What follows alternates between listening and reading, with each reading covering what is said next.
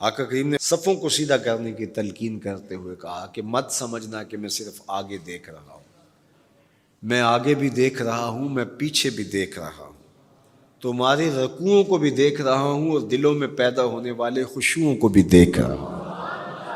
یہ حضور کی نظر کا کمال ہے۔ اور حضرت عبداللہ ابن عباس رضی اللہ تعالیٰ عنہ فرماتے ہیں کان رسول اللہ صلی اللہ علیہ وآلہ وسلم یرا فی اللیل فی الظلمہ کما یرا فی النہار فی الضوء۔ حضور رات کی تاریکی میں یوں دیکھتے تھے جس طرح دن کے اجالے میں دیکھتے تھے۔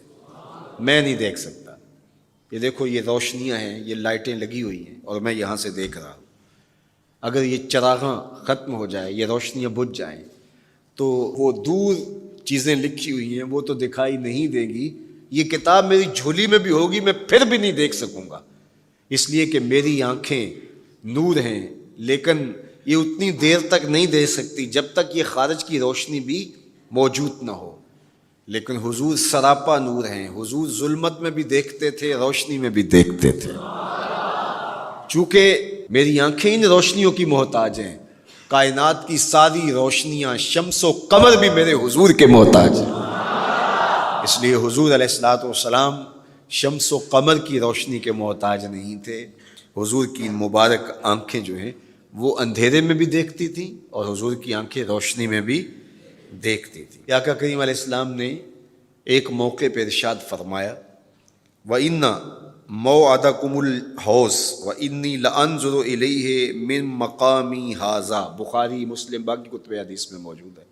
فرمایا کہ تمہارا جو حوض کوثر پر وعدہ ہے جہاں میں تمہیں جام بھر بھر کے دوں گا، فرمایا میں یہاں کھڑا ہوں اور یہاں کھڑے ہو کے اس کو دیکھ رہا ہوں۔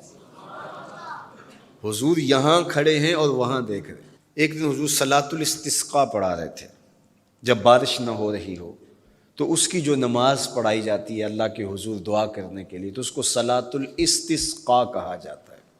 ام المومنین سیدہ عائشہ رضی اللہ تعالیٰ عنہ سے مروی ہے۔ تو نماز پڑھاتے پڑھاتے حضور نے ہاتھ آگے کیا پھر پیچھے کھینچ لیا، تو عمومی طور پہ ایسا نہیں ہوتا۔ تو صحابہ نے جب دیکھا تو بعد میں کسی نے پوچھا حضور آج نماز میں آپ نے ہاتھ آگے بڑھایا اور پیچھے کھینچ لیا، مجھے بتائیے کہ حالت نماز میں نظر کہاں ہونی چاہیے؟ جائے سجدہ پہ ہونی چاہیے نا، لیکن صحابہ حضور کو دیکھ رہے ہیں۔ اللہ اکبر۔ صحابہ سے کسی نے پوچھا کہ تم بتاؤ ظہر اور عصر کی نمازوں میں حضور قرات کرتے تھے؟ کہاں کرتے تھے؟ بخاری میں۔ تمہیں کیسے پتہ ہے کرتے تھے؟ کہا نحن نعلم باضطراب لحیتہ، ہم حضور کی مبارک داڑھی کی جنبش سے اندازہ کرتے تھے کہ قرات ہو رہی ہے۔ معلوم ہوا نماز بھی چلتی رہتی تھی، رخ محبوب کی دید بھی ہوتی رہتی تھی۔ اور اقبال کہتا ہے شوق تیرا اگر نہ ہو میری نماز کا امام، میرا رکوع بھی حجاب میرا سجود بھی حجاب۔ اللہ اکبر۔ تو حضور نے ہاتھ آگے بڑھایا اور پھر کھینچ لیا۔ پوچھا گیا حضور یہ آج نماز میں ایک نئی چیز ہم نے دیکھی، آپ نے ہاتھ آگے بڑھایا پھر کھینچ لیا؟ فرمایا ہاں، جنت میں کھجوروں کا ایک خوشہ لٹک رہا تھا، میں اس کو توڑنے کے لیے ہاتھ ڈالا تھا پھر میں نے چھوڑ دیا، اور اگر میں توڑ لیتا تم قیامت تک کھاتے رہتے ختم نہ ہوتا، لیکن میں نے کہا نہیں چلو پھر قیامت کو ہی صحیح۔ اب حضور کھڑے کہاں ہیں؟ مدینۃ المنورہ میں، اور جنت کہاں ہے؟ سدرۃ المنتہا سے اوپر۔ سر پٹ گھوڑا دوڑے اور تیز رفتار گھوڑا، تازی گھوڑا، 500 سال دوڑنے کے بعد پہلے آسمان تک پہنچے، پھر اتنی موٹائی آسمان میں، پھر دوسرا آسمان، پھر تیسرا آسمان، درمیان میں پھر خلائیں بھی، پھر وہاں سے 7 آسمانوں کے بعد کہیں سدرۃ المنتہا، اور قرآن بتاتا ہے کہ جنت بھی سدرۃ المنتہا کے پاس ہے، پھر آگے جنت، اور جنت کے جو درخت ہیں وہ 70,000 سال کی اونچائی پر ہیں، وہاں لٹکتی ہوئی کھجوروں کے خوشے، اور حضور علیہ السلام نے یہاں کھڑے ہو کے ہاتھ بڑھایا اور وہاں حضور کا ہاتھ پہنچ گیا۔ یہ ہاتھ کے پہنچنے کی منتہا نہیں ہے، ضرورت یہاں تک کی تھی لہٰذا یہاں تک پہنچا، اگر ضرورت اس سے آگے کی ہوتی تو آگے بھی پہنچ جاتا. تو حضور کا ہاتھ یہاں سے یہاں تک پہنچا. یہ حدیث پاک میں نا، میں اور آپ ہاتھ اٹھائیں تو ہمارا ہاتھ کہاں تک پہنچتا ہے؟